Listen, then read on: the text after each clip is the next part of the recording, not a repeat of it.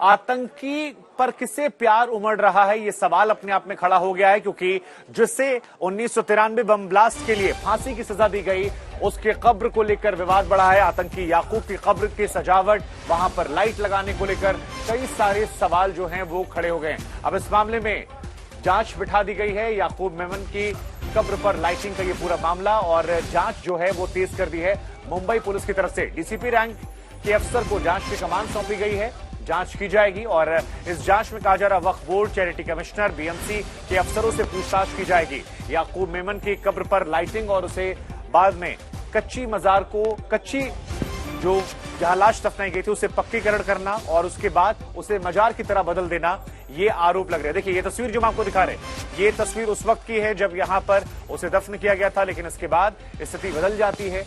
ये जो पूरा इलाका है इसे टाइल्स से कवर किया जाता है, कहा जाता है टाइल्स में लाइटिंग लगा दी गई और आसपास के इलाकों में भी लाइट लगा दी गई ताकि और खूबसूरत लगे।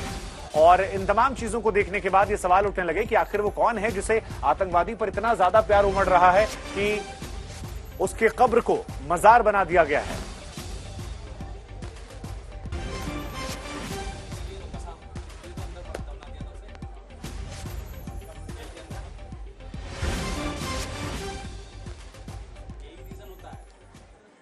तो ये पूरी रिपोर्ट हमने आपको दिखाई, आप जरा तस्वीरों के जरिए समझ गए होंगे किस तरह से स्थिति जो है वो यहां पर सवालजनक है। सही जी, सवाल फिर वही बरकरार है कि किसे आतंकी पर इतना ज्यादा उमड़ रहा प्यार है। और ये तो साफ दिखाई दे रहा है शुभांकर, क्योंकि जो कब्र के आसपास ग्रेनाइट लगा दिया गया है, लाइटिंग कर दी गई है। पंकज उपाध्याय हमारी संवाददाता लगातार हमारे साथ जुड़ चुके हैं। पंकज, किसने किया ये, क्या है इसके पीछे उद्देश्य?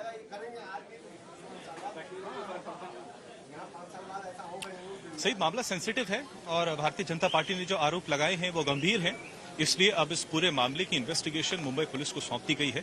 डीसीपी रैंक के एक ऑफिसर है जो इन्वेस्टिगेशन करेंगे, और ये भी बताया जा रहा है कि जामा मस्जिद का जो बोर्ड है, साथ ही साथ चैरिटी कमिश्नर और बीएमसी, इन तमाम स्टेक होल्डर से अब सवालात किए जाएंगे, क्योंकि अब मुंबई पुलिस को पता लगाना है आखिर ये जो पूरा मसला है कि मार्बल्स लगाए गए, लाइटिंग कर दी गई, या आखिर कब करी गई, किसने परमिशन दी, आखिर परमिशन क्यों दी गई। अब सवाल ये भी उठ रहे हैं कि जो कब्र का पूरा एरिया है वो क्या याकूब मेमन के परिवार वालों को बेच दिया गया, क्योंकि अब करप्शन की यहाँ पर कई लोग हैं जो बातें उठा रहे हैं। तो इन पूरे सवालों के तह तक जाने के लिए, जवाब ढूंढने के लिए अब डीसीपी रैंक के ऑफिसर को ये पूरी कमान सौंप दी गई है। अब जब इन तमाम सवालों के जवाब सामने आएंगे, तस्वीर और ज्यादा क्लियर होगी। लेकिन राजनीतिक घमासान तो हम देख रहे हैं मुंबई में और महाराष्ट्र में अब किस तरीके से इस मामले को लेकर शुरू हो गया है। जी बिल्कुल पंकज, आशुतोष भी हमारे साथ है, और आशु ऐसा लगता है कि ग्लोरीफाई करने की कोशिश भी की जा रही है। जी, जो भी हो, लेकिन ठीक नहीं है, क्योंकि इस पर सियासत भी बिल्कुल ठीक नहीं है, और पक्ष और विपक्ष किस तरह से पंकज इसमें प्रतिक्रिया सामने निकल कर आई है। मुख्यमंत्री क्या कह रहे हैं, उनकी पार्टी की तरफ से क्या कुछ इस पर बयान आया है, साथ ही विपक्ष किस तरह से हमलावर है, क्या कुछ अभी राजनीतिक घमासान आप देख पा रहे हैं? देखिए, राजनीतिक घमासान तो मुझे लगता है जिस तरीके के बयान आ रहे हैं और ज्यादा बढ़ने वाला है। अब ये ठीक बात है कि इब्राहिम मुंबई म्युनिसिपल कॉर्पोरेशन के चुनाव हैं, और जब अमित शाह मुंबई आए थे उसके बाद भारतीय जनता पार्टी ने ठाकरे परिवार पे जो अटैक हैं वो बहुत ज्यादा तीव्र कर दिए हैं। लेकिन ये जो मामला है बिल्कुल अलग है, ये मामला बहुत ज्यादा सेंसिटिव है, जैसे कि मैंने कहा, और प्रतिक्रिया आनी बहुत लाजमी भी है। कुछ देर पहले ही यहाँ पर 1993 की बॉम्ब ब्लास्ट की जो विक्टिम्स हैं उनकी फैमिलीज यहाँ पर आनी अब शुरू हो गई हैं। उनका कहना है कि जामा मस्जिद में जो बोर्ड है ये बहुत ज्यादा करप्शन करता है यहाँ पे। अब उसकी तहकीकात तो खैर मुंबई पुलिस करेगी, उस पर हम ज्यादा इस वक्त बातें नहीं करना चाहते हैं, लेकिन राजनीति किस तरीके की हो रही है हम बिल्कुल देख रहे हैं। भारतीय जनता पार्टी में ने तो यहाँ पर आरोप लगा दिए हैं कि जो 1993 के कन्विक्टेड टेररिस्ट हैं उनको ग्लोरीफाई किया जा रहा है, उनकी कब्र को मजार में तब्दील कर दिया गया है। और उद्धव ठाकरे पे आरोप लगाए हैं, जब उनकी सरकार थी ये तमाम जो मार्बल लगाने का काम हुआ है, एलईडी लाइट लगाने का काम हुआ है, हेलोजन लाइट लगाने का काम हुआ है, ये जो अपीसमेंट पॉलिटिक्स है ये उद्धव ठाकरे ने खेली है। दूसरी तरफ हमने देखा कि किस तरीके से कांग्रेस पार्टी ने भी पलटवार किया है और कहा है कि भारतीय जनता पार्टी इस वक्त धर्म की राजनीति करना चाह रही है। दूसरी तरफ ये भी याद रहे कि इस वक्त राहुल गांधी देश भर में अपनी पदयात्रा कर रहे हैं। इस तरीके से उन्होंने भारतीय जनता पार्टी पर बनाकर रखे। निश्चित तौर पर महाराष्ट्र की राजनीति और सियासत अभी और भी हमें इसमें कहीं ना कहीं अभी कहते हैं कि सियासी तड़का जो लग जाता प्रतिक्रिया का, वो भी और अभी देखने को मिलेगी। अर्पिता, सही जी।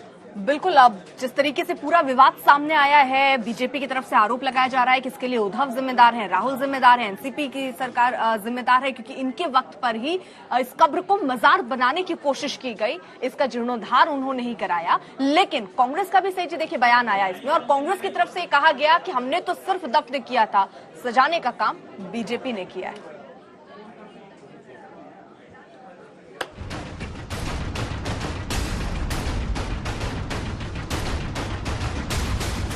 रंगारंग रोशनी से जगमगाती ये तस्वीर किसी मजार की नहीं बल्कि 1993 मुंबई धमाके में फांसी की सजा पाने वाले आतंकी याकूब अब्दुल रज़ाक मेमन की कब्र की है।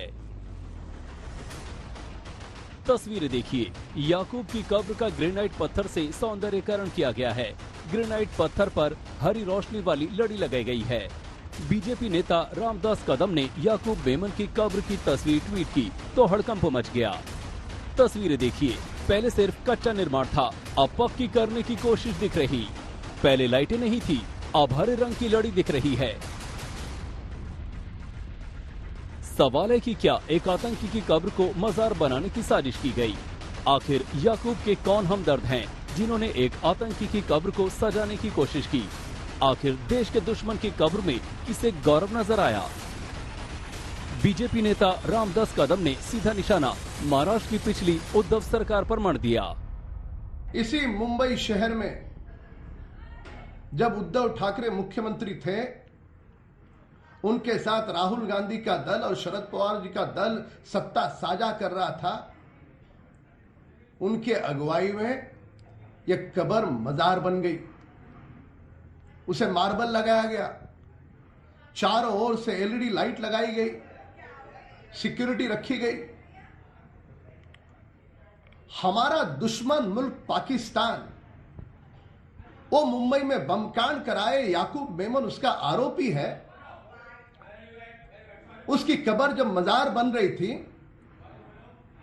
तो उद्धव ठाकरे खामोश क्यों थे? बवाल शुरू हुआ तो मुंबई पुलिस मौके पर पहुंच गई। मुंबई पुलिस ने त्वरित कार्रवाई करते हुए आतंकी की कब्र से सारी सजावट को हटा दिया।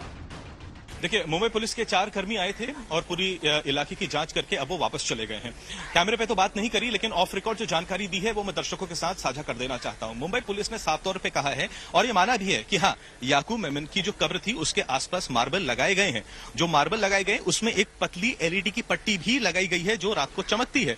लेकिन मुंबई पुलिस का कहना है कि ये जो मार्बल लगाए गए हैं ये 1-2 साल पहले नहीं बल्कि करीब 5-6 साल पहले लगाए गए थे।